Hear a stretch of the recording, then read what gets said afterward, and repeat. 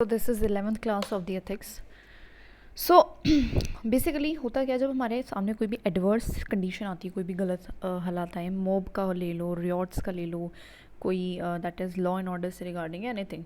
सो सबसे पहले एक भी कोई भी सिविल सर्वेंट होता है, so you have to problem को आइडेंटिफाई करना होता है and then he have to solution को आइडेंटिफाई करना पड़ता है. In that IQ generally reason या लॉजिक हम कहें तो उसका हम हेल्प लेते हैं, इंटेलिजेंस का हेल्प लेते हैं.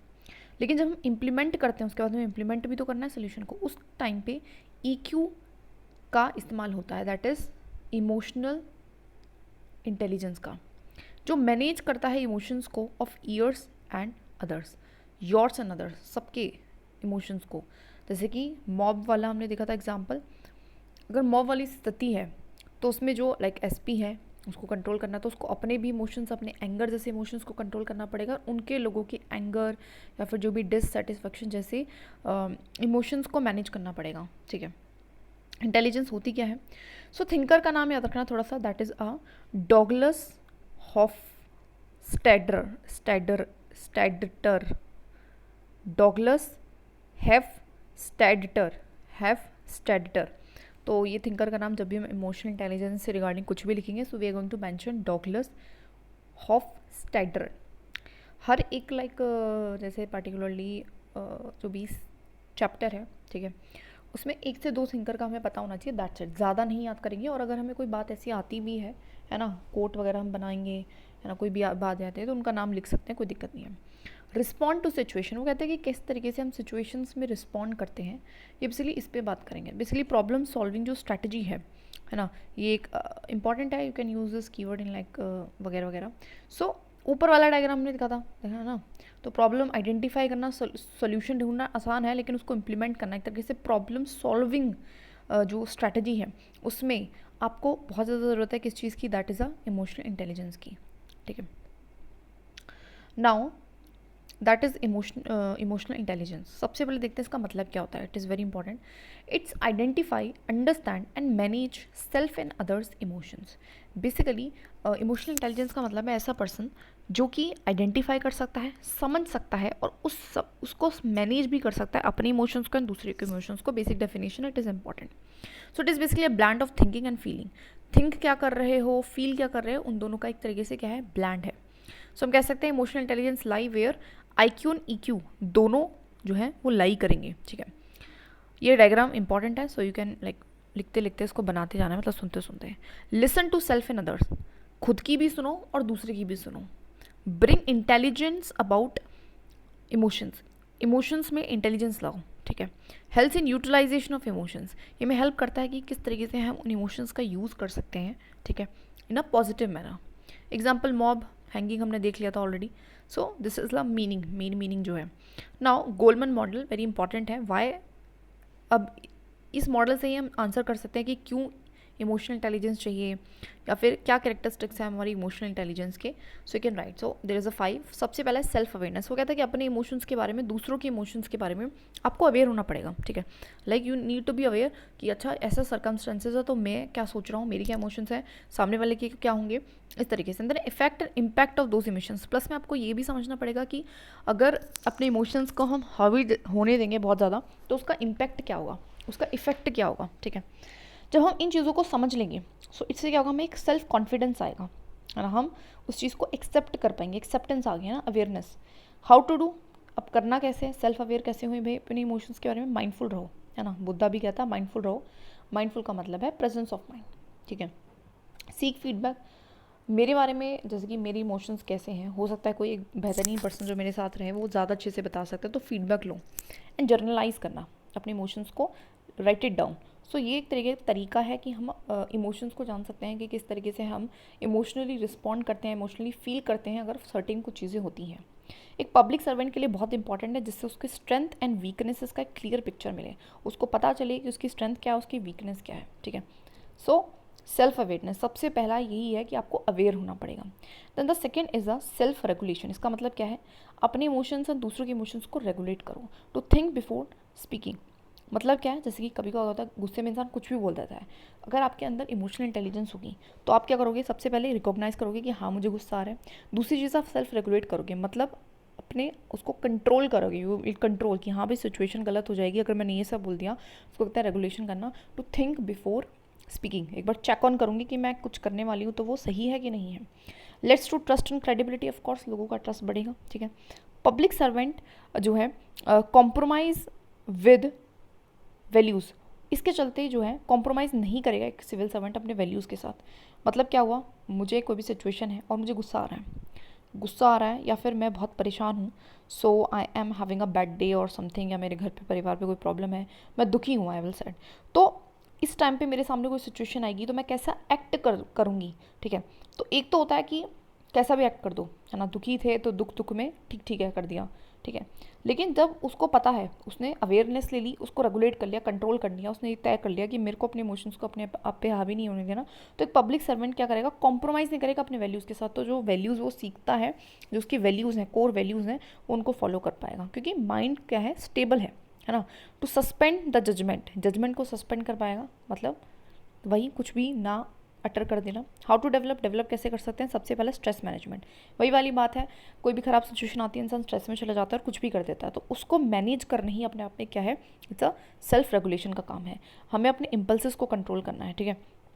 इसकी सुंदर पिचाई इन एक एंटी ट्रस्ट हियरिंग थी उसके दौरान। Then there is empathy, aware होली, रेगुलेट होली, अब एम्पैथी। अब मुझे दूसरे के इमोशंस को बहुत अच्छे से अंडरस्टैंड करना है। अवेयर में जनरली मैं अपनी हुई थी और थोड़ा बहुत मैंने अंदाज़ा लगाया था, अच्छा इंसान का ये इमोशन हो सकता है। सेकंड में मैंने क्या करा था, रेगुलेट किया था अपने इमोशंस को, control, think before you speak वाली चीज़। एम्पैथी में क्या होगा, मैं दूसरे के इमोशंस को फील करूँगी, I will understand it deeply. Keep your self in other shoes, मैं क्या करूँगी, अब दूसरों की जगह मैं अपने आप को इमेजिन करूँगी, एंड देन आई विल मतलब अच्छे से समझ पाऊँगी। लेट्स टू सिंपथी, इससे सिंपथी होगी। Felt before and then reflect, फिर मैं क्या करूँगी, मैंने चीज़ों को फेल्ट करा, फिर उसी अकॉर्डिंग मैं डिसीजन लूँगी। हाउ टू डेवलप कैसे कर सकते हैं, सबसे पहले एक्टिव लिसनिंग। आपको अगर दूसरे की बात को समझना है, उनके इमोशंस को समझना है, so you have to listen to them. Then pay attention to body language and respond to feelings. उसके बाद आपकी बॉडी लैंग्वेज उनकी कैसी है, ये सारी चीज़ों पर आपको ध्यान देना, सो दैट आप अंडरस्टैंड कर पाओ डीपली, है ना, और दूसरे की जगह आप अपने आप को समझ पाओ। एक पब्लिक सर्वेंट के लिए क्यों इंपॉर्टेंट है, बिकॉज टू उसको मैनेज करनी है टीम में बहुत सारे लोग हैं, ठीक है। अब बहुत सारे लोगों को काम एडमिनिस्ट्रेशन एक से तो चलता नहीं है, यू आर द एसपी, तो आपको इसको सबको आपको मैनेज करना है। यू हैव टू मैनेज, तो you have to show the empathy कि yes I understand what you are handling, feeling, है ना, थिंकिंग राइट नाउ, ठीक है। इससे आप रिस्पॉन्सिव बनोगे। जब आप दूसरे की समस्या को समझ पाओगे तो आप उनको सुलझाने की कोशिश करोगे, so you become responsive. Democratic attitude आपका बढ़ेगा। डेमोक्रेसी में यही तो होता है, ठीक है, कि सबका वेलफेयर। फीडबैक, आप फीडबैक ले सकते हो, ठीक है, फीडबैक भी मिलेगा, मतलब एक, ठीक है। Example, Sonu Sood during Covid, सो एक एग्जाम्पल उन्होंने एम्पैथी दिखाई थी, पता नहीं कोई कैंसर का मरीज था, उनको शायद पैसे दिए थे कुछ इस तरीके से ना। Social skill is a important keyword, you can use it. ये ऑफकोर्स हमारे रिलेशंस को मैनेज करने में हेल्प कराता है। सोशल स्किल का मतलब कुछ नहीं, सोसाइटी में किस तरीके से डील करा जाए लोगों के साथ, अपने साथ, इमोशंस के साथ, है ना, भावनाओं के साथ, इसको हम सोशल स्किल कहते हैं। ये बेसिकली हमारे रिलेशंस को मैनेज करने में हेल्प कराएगा। वर्क फॉर कॉमन कॉज, हम एक कॉमन कॉज के लिए काम कर पाएंगे। बिल्ड नेटवर्क, ऑफकोर्स जब हम, मेरे अंदर सोशल स्किल है, मैं सोसाइटी में जाके अपनी बात रख सकती हूँ, दूसरे के पास समझ सकती हूँ, so people will come to me, वो चैनलाइज हो जाएंगे मुझसे, नेटवर्क फॉर्म होगा। Easy to accept change, plus में अगर मेरी सोशल स्किल अच्छी है, सो आई कैन, या फिर एनीवन, मैं बदलाव को अडेप्टेबल बनूंगी, मैं ईजी बनूंगी, मेरे लिए आसान हो जाएगा कि मैं चेंजेस को एक्सेप्ट कर सकूँ। How to do, team build activities होती हैं, उसके थ्रू आप करा सकते हो। कम्युनिकेशन वर्कशॉप्स होते हैं, उसके तहत आप करा सकते हो ना। फॉर पब्लिक सर्वेंट के लिए क्यों इंपॉर्टेंट है, सबसे पहले रिजॉल्व द कॉन्फ्लिक्ट। तो कॉन्फ्लिक्ट को अगर आपको रिजॉल्व करना है, तो सोसाइटी में कॉन्फ्लिक्ट होते हैं और आपको पता है सोसाइटी में कैसे डील करना है, बिहेव करना है, एक्ट करना है, क्या बोलना है क्या नहीं बोलना है, so you can resolve the conflicts. Then there is a great communication, plus of course आपको कम्युनिकेशन भी बहुत अच्छी आएगी। कम्युनिकेशन तो बहुत सारी जो मैटर ऑफ डिबेट्स हैं उनको सॉल्व करने के लिए you need to have a great communication. So मन की बात जिसकी पीएम करते हैं, so all this like that, ठीक है। सोशल स्किल कैसे सोसाइटी में आप बिहेव करते हो ना। मोटिवेशन की अगर मैं बात करूँ, नेक्स्ट है motivation to pursue the goals with energy. Motivation क्या है कि हम अपने गोल्स को बहुत एनर्जी के साथ परस्यू कर सके, राइट। सो अगर आपके अंदर मोटिवेशन रहेगी, सो आपके अंदर इमोशनल इंटेलिजेंस भी रहेगी। आपको पता है आपको अपने इमोशंस को हैंडल करना पड़ेगा। बहुत बार होता है कि अपने टेस्ट हुआ, टेस्ट में मार्क्स अच्छे नहीं आए, तो अब ये थोड़ी कि आप 4 दिन तक उसका दुख बनाते जाओगे। आपके पास EI है, ठीक है, आप क्या करोगे, अपनी इमोशनल इंटेलिजेंस का यूज़ करोगे। एंड आप इमोशनल इंटेलिजेंस क्यों, क्योंकि आपके अंदर मोटिवेशन है। वो मोटिवेशन आपको पैशनेट बना देगा अबाउट द वर्क। रिजल्ट से फिर मतलब ही नहीं रहेगा, सिर्फ काम पे रहेगा।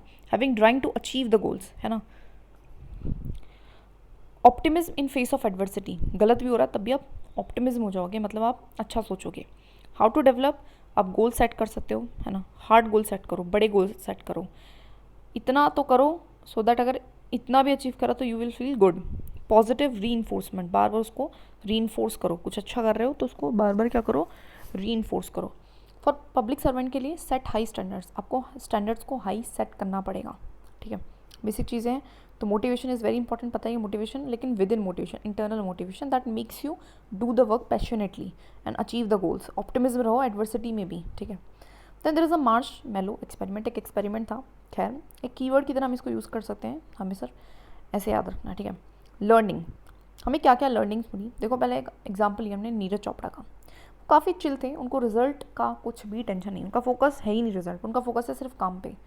तो जैसे कि उन्होंने एक टारगेट रखा, है ना, टारगेट रखा, उस पर मेहनत करी और वो टारगेट उन्होंने अचीव भी कर लिया। So it doesn't show a very like बहुत ज़्यादा कुछ इमोशन नहीं दिखाया, and just feel relax and good, that's it. So ऐसा इंसान को होना चाहिए, that is known as emotion, मतलब अपने इमोशंस को आप मैनेज कर पाओ, कंट्रोल कर पाओ।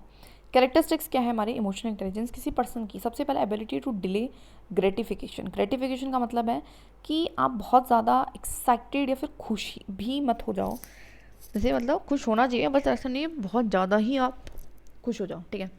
Handle the stress and setback, ऐसा पर्सन जो अपनी स्ट्रेस को हैंडल कर सकता है। स्ट्रेस क्या, एक तरीके की एंजाइटी है।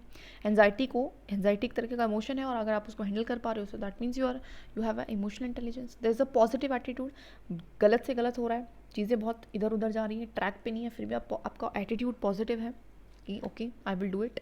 Then resilient on face of adversity, जब आपके सामने ऐसी गलत परिस्थिति आती है तब भी आप खड़े हुए हो उसके सामने, then you are emotional intelligence person. Know when to be tough with people. Plus में एक और चीज़ है कि आपको ये भी पता होना चाहिए, this is important. Emotional intelligence का मतलब यही नहीं है कि सिर्फ इमोशंस को समझो, अंडरस्टैंड करिए, ऑल्सो हैव टू, आपको ये भी पता होना चाहिए कि कब आपको टफ पढ़ना है, कब आपको स्ट्रॉन्ग पढ़ने की जरूरत है, जो कब आपको, है ना, जैसे आप टेररिस्ट से डील कर रहे हो तो वहाँ पे आप ऐसे नहीं उसके इमोशंस को समझने बैठ जाओगे। So you should know that. Focus task पे बढ़ जाता है। कोई इमोशनल इंटेलिजेंट पर्सन है, वो अपने इमोशंस को कंट्रोल कर रहा है, वो फालतू में इधर उधर नहीं भटकेगा, उसका मन फोकस्ड रहेगा। Take guidance of emotions to be rational, वो गाइडेंस लेगा इमोशंस की टू बी रैशनल, मतलब वो ऑफकोर्स इमोशंस एंड प्लस में मैंने बोला रेशनलिज्म, दोनों चीज़ इंपॉर्टेंट है टू गेट द